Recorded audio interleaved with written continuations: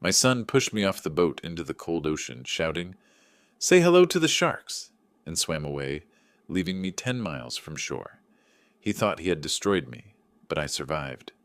When he returned home, I was waiting for him and said, "I've got something for you too." You won't believe what happened next. Before we continue, please subscribe to the channel and write in the comments what time it is where you are now. Arnold's shoulder slammed against my front door, sending it crashing into the wall. The brass doorknob left a dent in the plaster. "Where's the money, old man?" His briefcase hit my dining table with a thunderclap. The salt shaker spun like a top. I set down my newspaper, folding it carefully along its creases. My reading glasses slipped down my nose as I looked up at my son. Sweat darkened his expensive shirt collar, despite the cool July evening. "Arnold, what? Don't play dumb with me."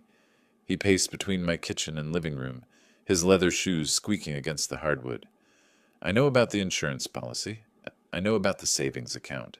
I need that money now." His fist crashed against the oak table again. This time my coffee mug jumped. I stood slowly, my knees protesting. At 68, every movement reminded me of my age. "Son, you'll inherit everything when I'm gone. You know that." "When you're gone?" Arnold's laugh was sharp, bitter. He spun around to face me, his eyes wild. "I can't wait that long. Do you understand? I cannot wait." Through the open window, I heard Mrs. Patterson's dog barking in the distance. The ocean breeze carried the scent of salt and seaweed, usually so comforting. Tonight, it felt cold. "Arnold, please, sit down. Let's talk about this properly." "Talk?" He kicked my leather armchair, the one Margaret had bought me for our 40th anniversary. "I've been talking for months. You just sit here in this house, counting your money while I'm drowning." My hands began to shake, not from fear, but from disappointment. This wasn't the boy I'd taught to ride a bicycle. This wasn't the young man who'd graduated college with honors. "I've offered to help before. You rejected every suggestion." "Help?" Arnold's voice rose to a shout. "You mean your lectures about responsibility? Your advice about budgeting?" He swept his arm across my mantel, sending photo frames clattering to the floor. Our family pictures lay scattered. Margaret smiling at our wedding. Arnold blowing out birthday candles at age 7. Christmas mornings filled with laughter. "You're destroying my memories," I whispered. "Good. Maybe you'll finally understand what you're doing to me." I stepped toward him, trying to project calm authority, despite my trembling voice. "Arnold, I won't give you money to gamble away. That's not helping. That's enabling." His face twisted into something ugly, something I'd never seen before. "You stubborn fool. You think you'll live forever?" He leaned close enough that I could smell alcohol on his breath. "Maybe that'll happen sooner than you think." The words hung in the air like smoke. Cold realization crept up my spine. Arnold seemed to realize what he'd said. His expression shifted, panic flickering across his features. He grabbed his briefcase and headed for the door. "Arnold, wait!" But he was already gone. His car engine roared to life in my driveway. Gravel scattered as he sped away, his taillights disappearing into the gathering darkness. I stood in my doorway, listening to the silence. The ocean breeze made the door creak on its hinges. Somewhere in the distance, a foghorn called across the water. 7 days passed without a word from Arnold. I checked my phone constantly, hoping for an apology text, a voicemail, anything. The silence was worse than the argument. Tuesday morning found me in my kitchen making coffee with the same ritual I'd followed since Margaret died. Measure the grounds, add water, wait for the familiar gurgling sound. Simple routines kept loneliness at bay. The phone rang at exactly 9 o'clock. Arnold's name appeared on the caller ID. My hand hesitated over the receiver. What if he was still angry? What if he meant those awful words? But he was my son. "Hello? Dad?" Arnold's voice sounded different, softer, almost like the boy I remembered. "Dad, I need to apologize." I sank into my kitchen chair, relief flooding through me. "Arnold, thank goodness you called. I was out of line last week, completely out of line." He paused, and I heard him take a deep breath. "I said things I didn't mean, things that scared me after I said them." "Son, we all say things we regret when we're upset." "No, Dad. What I said was unforgivable. But maybe I could try to make it up to you." My coffee grew cold as I listened to my son's voice, searching for signs of the anger that had consumed him a week ago. Instead, I heard something I hadn't heard in years: vulnerability. How do you want to make it up to me?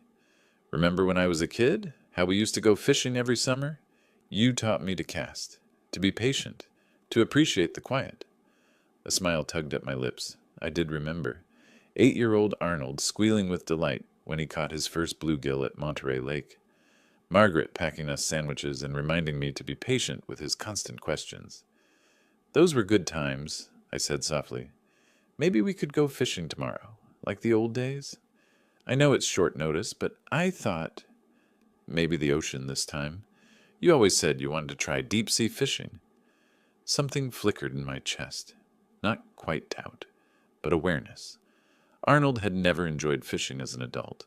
He'd always been too busy, too important, too impatient for the slow rhythm of casting and waiting. But Margaret's voice echoed in my memory. Give him another chance, Norbert. He's still your boy underneath all that anger. The ocean sounds wonderful, I heard myself saying. Really? You mean it? Of course, son. I thought you wouldn't want to talk to me anymore after everything. Never, Dad. You're all the family I have left. His words warmed me more than the morning sunshine streaming through my kitchen window. Outside, I could see Mrs. Patterson walking her little terrier, the same routine we'd all followed for years, normalcy returning. What time should I be ready? I asked. Early.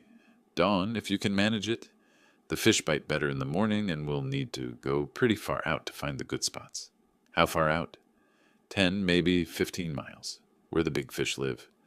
I made a mental note to check my fishing gear, buy some new tackles suitable for ocean fishing. It had been years since I'd cast a line anywhere but the calm waters of Monterey Lake. I'll be ready, I promised. Thanks, Dad. This means everything to me. After I hung up, I stood in my kitchen for a long moment, watching steam rise from my abandoned coffee. Tomorrow I would have my son back. Tomorrow we would rebuild what had been broken. I picked up my coffee and walked to the window, looking out at the Pacific in the distance.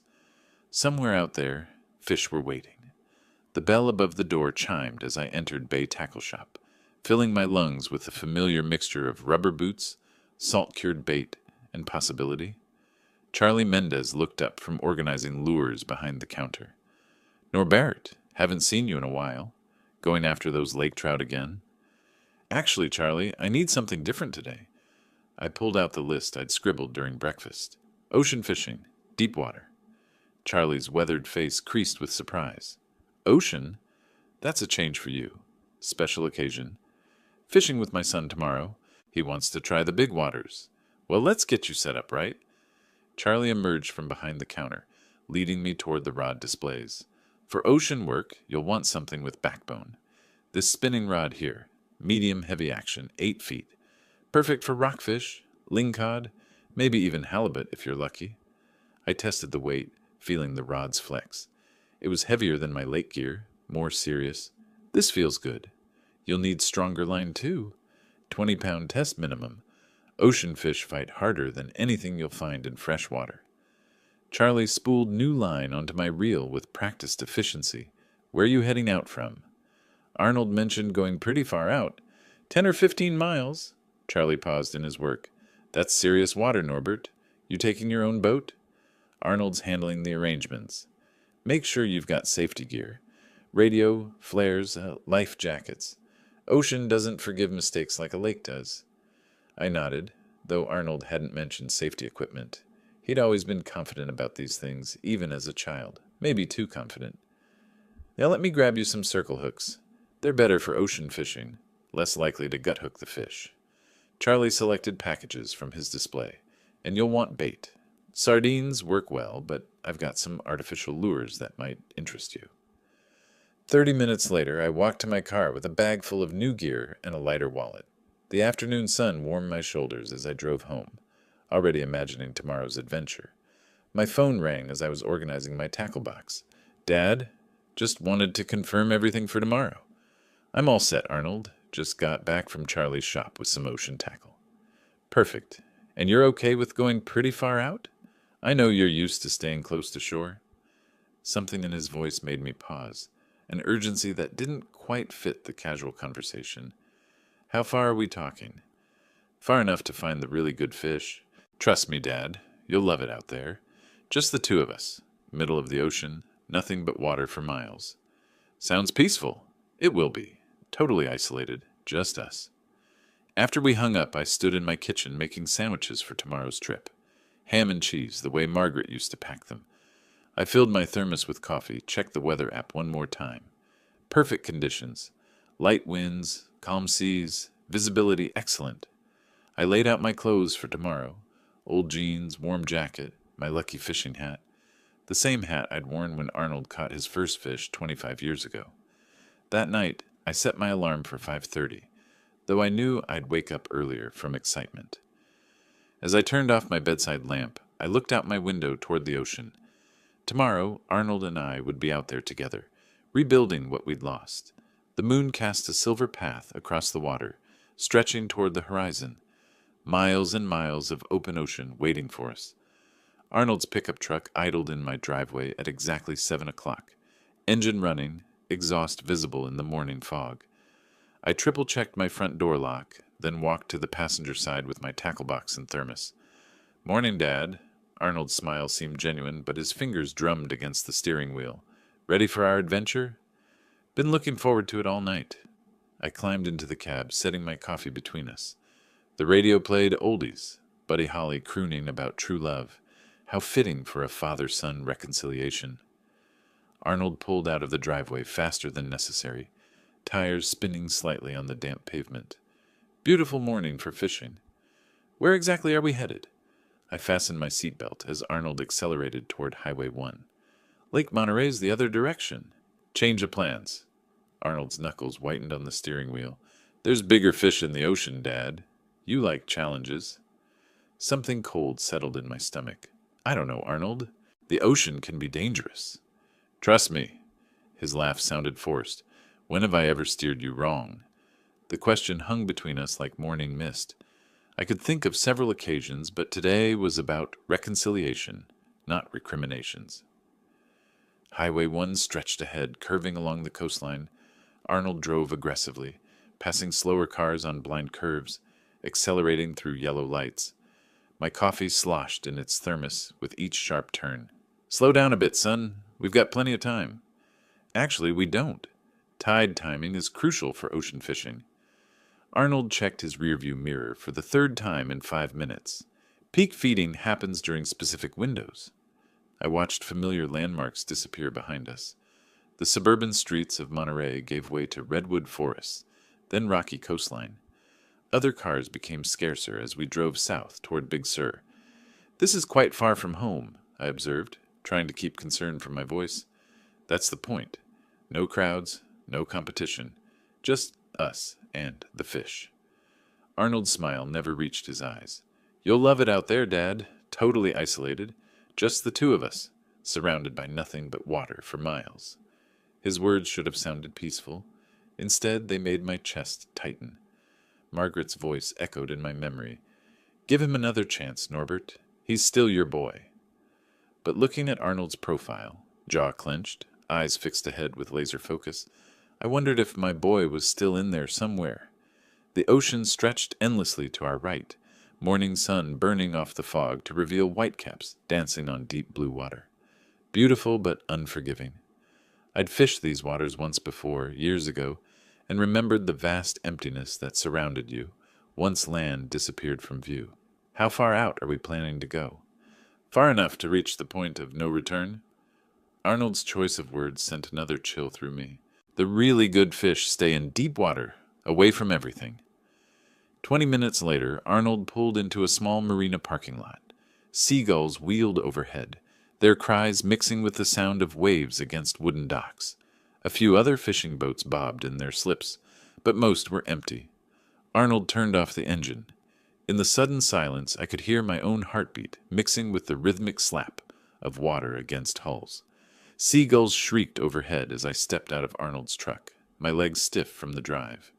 The marina bustled with weekend activity, families loading coolers, fishermen checking tackle, boat engines sputtering to life. Arnold moved with purpose, unloading our gear from the truck bed. "This way, Dad. Our boat's in slip 12. I followed him down the weathered wooden dock, carrying my tackle box and thermos. The boat Arnold had rented was bigger than I had expected, an 18-foot motorboat with outriggers and a small cabin. "You know how to operate this thing?" I asked, setting my gear on the dock. "Took a boating safety course last month." Arnold checked the fuel gauge, tested the motor controls. "Everything's in perfect working order." He seemed different here, more confident. This was clearly planned, not the spontaneous invitation he'd made it sound like. I watched him inspect life jackets, flares, marine radio, all the safety equipment required for ocean fishing. "Hop in, Dad. Let's get these rods secured." The boat rocked gently as I climbed aboard. Arnold cast off the dock lines with practiced efficiency, then started the motor. It rumbled to life, sending vibrations through the fiberglass hull. "Here we go," Arnold called over the engine noise. We eased out of the marina's protected waters into the open bay. Other boats dotted the area, some heading out like us, others already returning with their morning catch. Normal people enjoying normal Sunday fishing trips. Arnold steered us steadily seaward. The marina buildings grew smaller behind us, then the entire coastline began shrinking. I tried to track our progress, but without reference points, distances became meaningless. "This is pretty far out, isn't it?" I called to Arnold. "Not nearly far enough," he shouted back. "The best fish are way out there, where the big boats go." The last of the weekend fishing boats fell away behind us. Now we were alone, just a small speck on an enormous blue canvas. I gripped the boat's gunwale as we hit larger swells, spray occasionally misting over the bow. "Maybe we should stop here," I suggested. "I can barely see land." Arnold checked his GPS, shook his head. "Trust me, Dad. I know what I'm doing." Another 15 minutes passed. The coastline had become a thin brown line on the horizon. I counted at least 8 miles between us and shore, maybe more. No other boats were visible in any direction. My unease grew with each mile. This wasn't the casual fishing trip I'd imagined. This felt like a journey to the edge of the world. "Arnold, this is far enough. Let's drop anchor here." "Just a little further," he insisted. "We need to reach the underwater canyon where the really big fish hunt." But when I looked at his face, I saw something that chilled me more than the ocean breeze. Arnold wasn't looking for fish. He was calculating something else entirely, his eyes constantly checking our position relative to land. Finally, he cut the engine. Sudden silence enveloped us, broken only by waves lapping against the hull. We floated in the middle of nowhere, completely alone, farther from help than I'd ever been in my life. "Now what?" I asked. Arnold reached for the fishing rods, his smile strange and cold. "Let's set up the rods," Arnold said, his voice artificially cheerful. "You take the tackle box, Dad. Organize those lures like you always do." I knelt in the bow, opening my tackle box with familiar movements. The colored lures gleamed in the afternoon sun, spoons, jigs, and spinners I'd collected over decades of fishing. Normal tools for a normal day that felt anything but normal. "Remember that first fish you caught as a boy?" I asked, trying to recapture some warmth between us. "That little bluegill at Lake Monterey?" "I remember everything, Dad." Arnold's voice came from directly behind me. "Every fishing trip, every lecture about patience and responsibility." Something in his tone made me glance over my shoulder. Arnold stood 3 feet away, holding a fishing rod like a weapon. His face had transformed. No more forced friendliness, just cold calculation. "Arnold, what's wrong?" "Nothing's wrong anymore." He took a step closer. "In fact, everything's about to be perfect." The boat rocked slightly in the swells. 8 miles from shore. No other vessels in sight. Just father and son alone on the endless Pacific. Arnold's mind seemed made up about something final. "I've been thinking about our conversation last week," he said, moving behind me as I crouched over the tackle box, "about when I'll inherit your money." "Son, we can discuss?" Arnold's hand slammed into my back with tremendous force. The world tilted sideways. I tumbled over the boat's edge, tackle box flying, lures scattering like confetti. Cold water engulfed me. I surfaced, gasping, salt water burning my throat. The boat floated 10 feet away, Arnold standing at the rail looking down at me with satisfaction. "Arnold, help me!" I can't. I hope there are sharks out here. Arnold's voice carried clearly across the water. That would make this even more perfect. The betrayal hit harder than the ocean's chill. This wasn't an accident. This was planned, calculated. My own son had brought me here to die. Now I'll definitely get your inheritance, old man. The life insurance, the house, everything. I tried swimming toward the boat, but my clothes dragged me down. The heavy jacket I'd worn for ocean fishing now felt like an anchor. Arnold made no move to help. Instead, he started the motor. Arnold, please, come back. The engine roared to life. Arnold turned the boat in a tight circle, heading back toward the distant coastline. He never looked back, never hesitated, never showed a moment's regret. Help! I screamed at the empty ocean. Someone help me! But there was no one to hear, only waves and wind and the growing distance between me and the boat carrying my son away from his crime. The motor's sound faded gradually, leaving me alone in the vast Pacific. I treaded water, watching the boat shrink to a dot, then disappear entirely against the horizon. This couldn't be happening. Sons didn't murder their fathers for inheritance money. Families didn't end this way. But the cold water didn't care about what should or shouldn't happen. The Pacific Ocean simply waited, patient and eternal, ready to claim another victim of human greed. I called Arnold's name one last time, my voice swallowed by the immensity surrounding me. Only the waves answered back. Arnold! My voice cracked across the empty water, one final time. The boat had become a distant speck, then nothing at all. Silence surrounded me. Vast, terrifying silence broken only by waves slapping against my face. The Pacific Ocean stretched endlessly in every direction, indifferent to my desperate situation. I treaded water, my fishing jacket dragging me down like lead weights. With numb fingers, I struggled to unzip it, finally managing to shrug out of the heavy canvas. It sank immediately, disappearing into the dark depths below. Without the jacket, I felt lighter, but more vulnerable. The water was shockingly cold, maybe 60 degrees, and my body heat was already leaching away. I had to keep moving to survive. Margaret's face flashed in my memory. During her final battle with cancer, she'd whispered, "Never give up, Norbert. No matter how impossible things seem, there's always hope." Her courage had sustained our family through the darkest months. Now I needed that same strength.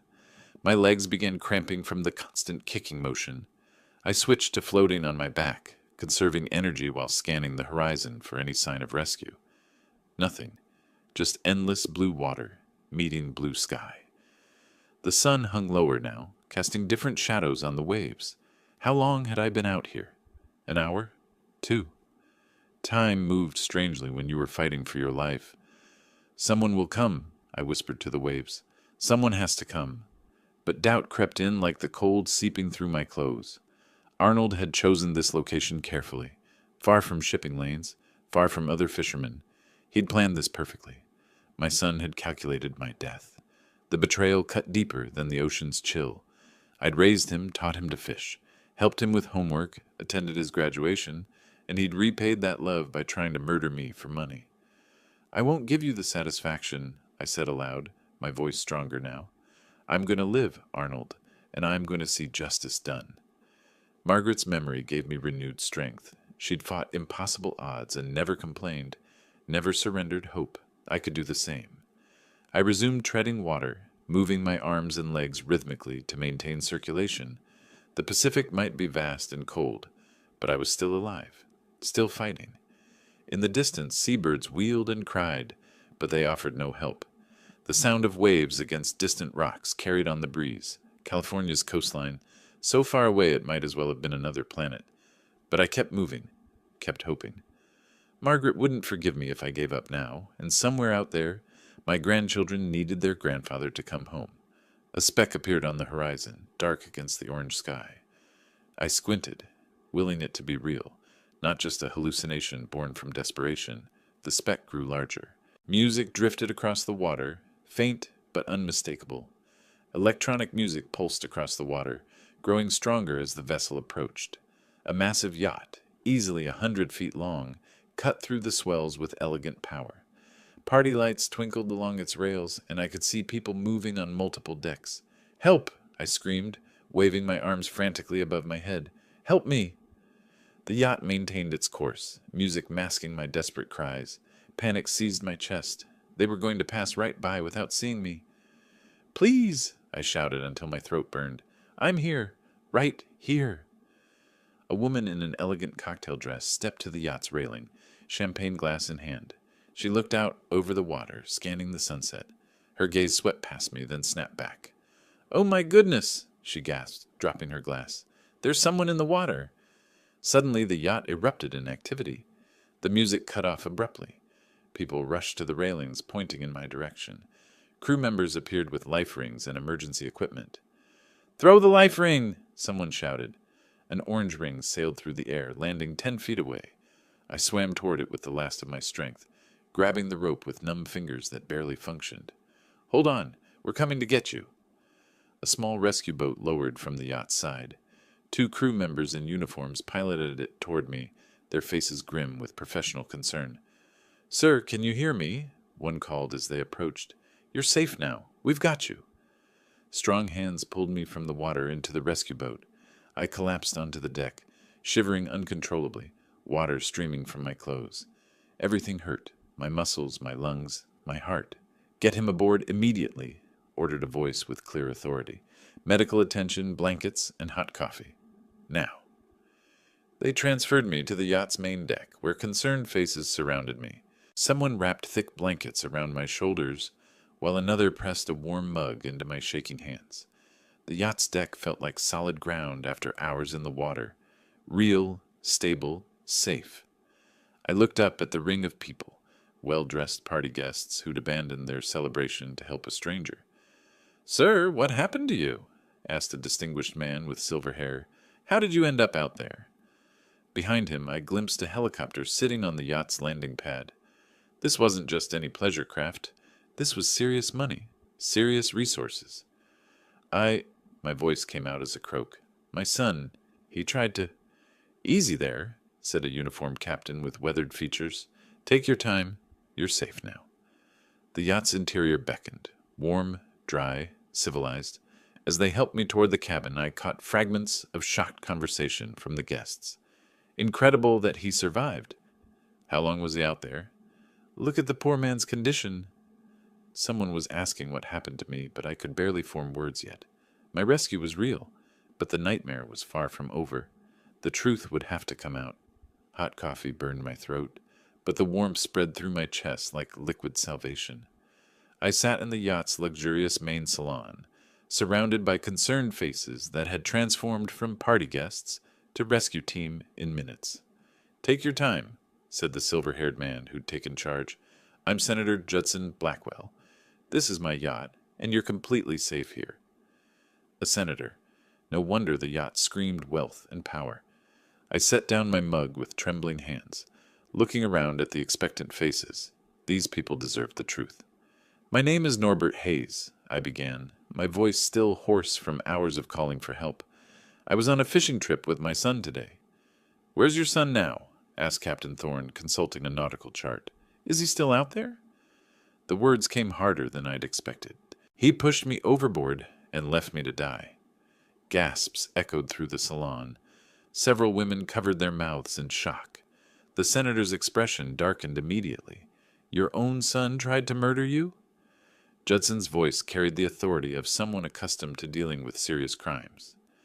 "He's desperate for money. Gambling debts. Failed investments. He brought me 10 miles from shore and—" I took a shaky breath. "He said he hoped there were sharks. That now he'd definitely get my inheritance." "This is horrific!" exclaimed one of the female guests. "A son attempting to kill his father?" "Captain," Judson ordered, "contact the Coast Guard and local police immediately. We have a crime to report, and a perpetrator to apprehend." Captain Thorne was already reaching for his radio equipment. "Sir, do you know where your son might be now?" "Probably back home in San Francisco, Pacific Heights area." I provided Arnold's address, watching these strangers mobilize with impressive efficiency. "Senator, we can have a helicopter airborne in 15 minutes, Captain Thorne reported. "I'll coordinate with SFPD for immediate arrest."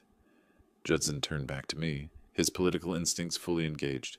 Mr. Hayes, this won't go unpunished. I guarantee it. We'll get you home, and we'll get justice. The yacht's helicopter pilot appeared, already dressed in flight gear. Sir, aircraft is prepped for immediate departure. Medical kit is loaded for the passenger. I can't believe this happened, murmured one guest. A family betrayal this cruel? It happens more than you'd think, Judson replied grimly. Money corrupts people in ways that would shock you. But this particular criminal picked the wrong victim to abandon. They helped me toward the helicopter pad, my legs still weak from exhaustion. The contrast was surreal, from near death in the Pacific to rescue by a senator's private aircraft. Thank you, I managed to say as we walked. All of you.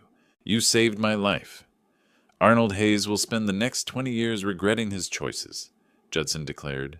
I'll personally ensure the district attorney prosecutes this to the full extent. The helicopter's rotors began spinning, creating a downdraft that scattered napkins from the abandoned party. In the distance, the sun touched the horizon, painting the sky in shades of orange and red. My son thought he'd killed me today. Instead, he'd only awakened a sleeping giant. Justice was coming. Detective Lopez, Senator Judson Blackwell speaking. I'm calling about an attempted murder that requires immediate action. Judson's authoritative voice cut through the yacht's ambient noise as he stood beside the communications console. His transformation from party host to powerful political figure was complete. This was a man accustomed to making things happen quickly. The suspect attempted to drown his own father for inheritance money. Yes, detective, his own father. Judson listened briefly, then continued with practiced efficiency. The victim is here with me now, alive and ready to provide testimony. I sat wrapped in blankets, still processing the surreal transition from near death to rescue by one of California's most influential senators. The yacht's communications room hummed with expensive equipment as Judson orchestrated my son's downfall. Arnold Hayes, Pacific Heights address. I provided the specific house number and street, watching Judson relay the information with military precision. Captain Thorne emerged from the navigation station, charts in hand. Sir, Riley's completed the helicopter inspection. We can be airborne in 20 minutes. Excellent timing, Judson covered the phone briefly. Mr. Hayes, are you medically cleared for flight? This will be a 90-minute journey to San Francisco. I'm ready, I replied, surprising myself with the steadiness of my voice. After 4 hours fighting for life in the Pacific, a helicopter ride seemed almost mundane. Detective, coordinate with your patrol units. The suspect believes his crime succeeded, so he won't be expecting company. Judson's political connections were clearly expediting everything. Senator priority on this case. I want him in custody before sunrise. Outside on the helicopter pad, Riley Vargas moved with professional efficiency, checking fuel levels and testing rotor mechanisms. His military background showed in every precise movement. Flight plan filed for emergency priority, Captain Thorne reported. Coast Guard has been notified of our mission. All clearances approved. The yacht guests had gathered in supportive clusters, offering spare clothing and expressions of outrage at Arnold's betrayal. Several pressed business cards into my hands, insisting I contact them if any assistance was needed during the legal proceedings. The evidence is overwhelming, Judson explained to the detective. Witness testimony, physical evidence of abandonment, clear motive established. This should be straightforward prosecution. Riley appeared in the doorway, flight helmet in hand. Aircraft ready for immediate departure, Senator. Weather's clear all the way to San Francisco. Thank you. I looked around at these strangers who'd become my salvation. All of you. You've given me back my life. Arnold Hayes will regret his choices for the next 20 years, Judson declared grimly. Justice moves swiftly when it has the right motivation. The helicopter's engines began spinning up, creating vibrations through the yacht's deck. Riley secured loose items as the rotor wash increased, professional preparation evident in every action. Judson placed a firm hand on my shoulder as we headed toward the aircraft. Ready to face your son, Mr. Hayes. The spinning rotors grew louder, but we hadn't lifted off yet. Helicopter blades slowed to a whisper as Riley set us down in Golden Gate Park. Dawn light revealing San Francisco's expensive neighborhoods, stretching toward the bay. Detective Maria Lopez waited beside an unmarked police car, her stern expression matching the gravity of our mission.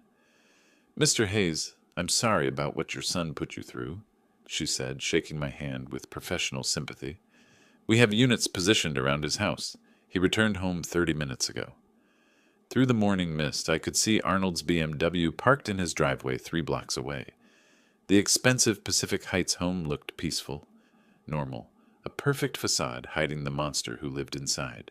"Target just exited his vehicle," crackled a radio voice. "Appears intoxicated, moving slowly toward front door." Detective Lopez adjusted her earpiece. "All units hold position. The father wants to confront him directly first." We walked quietly through the upscale neighborhood, expensive homes standing like silent witnesses to the approaching justice. Arnold's house loomed ahead, the same place I'd visited for family dinners, birthday parties, Christmas mornings that now felt like lies. Arnold fumbled with his keys at the front door, obviously celebrating what he believed was his successful murder. His expensive suit was wrinkled, his movements unsteady from whatever alcohol had helped him toast my supposed death. "Now," Detective Lopez whispered into her radio. I stepped into view as Arnold finally managed to unlock his door. "Hello, son?" Arnold's keys clattered to the concrete steps. His face went completely white, mouth opening and closing like a fish gasping for air. For a moment, neither of us moved. "How are you?" His voice came out as a strangled whisper. "You were supposed to die." The ocean had different plans. I kept my voice calm, controlled. After everything I'd endured, this moment felt surprisingly peaceful. "I prepared a surprise for you too, Arnold." "This can't be happening." Arnold's panic was building rapidly. "You drowned. I watched you go under." Police officers emerged from their concealed positions, surrounding the property with quiet efficiency. Detective Lopez stepped forward, handcuffs ready. "Arnold Hayes, you're under arrest for attempted murder." Her voice carried the weight of absolute authority. "You have the right to remain silent." Arnold's legs gave out. He collapsed against his front door, the expensive wood failing to support his emotional breakdown. "This isn't real. This can't be real." The ocean brought me back, Arnold. I watched officers secure the handcuffs, feeling something close to peace. Justice brought me home. As they guided him toward the police car, Arnold looked back at me with desperate eyes. "Dad, I didn't mean—" "Yes, you did." I met his gaze steadily. "But I forgive you anyway." The police car doors closed with finality. Arnold's face pressed against the window as they drove away. Detective Lopez approached with paperwork, but I was watching my son disappear around the corner, heading toward consequences that would define the rest of his life. September sunshine warmed the courthouse steps as I walked up to deliver my final testimony. 3 months had passed since that terrible day on the ocean, and the legal system had moved with remarkable efficiency thanks to Judson's influence and the overwhelming evidence. 20 years for attempted murder," Judge Morrison announced, her gavel echoing through the packed courtroom. "This court finds such family betrayal particularly heinous and sentences accordingly." Arnold sat slumped at the defendant's table, his expensive lawyer unable to overcome the mountain of evidence. His wife had already filed for divorce, taking the children and what remained of their assets. The gambling debts had consumed everything else. Outside the courthouse, reporters gathered for statements, but I kept walking. Justice had been served. No additional commentary was needed. That afternoon, I signed papers selling my life insurance policy and half my savings. The money would go into education funds for my grandchildren, ensuring Arnold's choices wouldn't destroy their futures. They deserved better than their father's legacy. "That's remarkably generous," Judson observed as we reviewed the documents aboard his yacht. These monthly fishing trips had become a tradition, our friendship forged in crisis, but sustained by genuine respect. Margaret always said children shouldn't pay for their parents' mistakes. I cast my line into the same Pacific waters that had nearly claimed my life. Besides, I have more than enough for my needs. We fished in comfortable silence, two men who'd found unexpected friendship through extraordinary circumstances. Judson's political connections had ensured swift justice, but our relationship had evolved beyond simple gratitude. "Any regrets about the volunteer work?" he asked, reeling in his line to check the bait. "None whatsoever." 3 days a week, I now help train ocean rescue volunteers, sharing my survival experience with people who might face similar emergencies. Turning trauma into purpose feels right. The Ocean Rescue Program had welcomed my expertise enthusiastically. My story had become part of their training curriculum, a real-world example of survival techniques and the importance of never giving up hope. Margaret would approve, I continued, watching seabirds dive for fish in the distance. She always believed suffering meant nothing unless it helped others. Arnold's letters from prison remained unopened in my desk drawer. Someday I might read them, might even visit him, but not yet. Forgiveness was a process, not an event. The sun touched the horizon, painting the Pacific in shades of gold and crimson. Judson and I packed our gear with the satisfaction of another peaceful day on the water, the same ocean that had tested my will to live now, providing solace and friendship. I touched Margaret's photograph in my wallet, her smile as bright as the day we married. She'd be proud of how this story ended, not with revenge, but with justice, generosity, and new purpose. The yacht turned toward shore, carrying two friends who'd learned that sometimes the worst betrayals lead to the most meaningful connections. Justice had been served. Life continued, richer than before. If you like this story, please like this video, subscribe to the channel, and share your impressions of this story in the comments. To listen to the next story, click on the box on the left. Thank you for watching.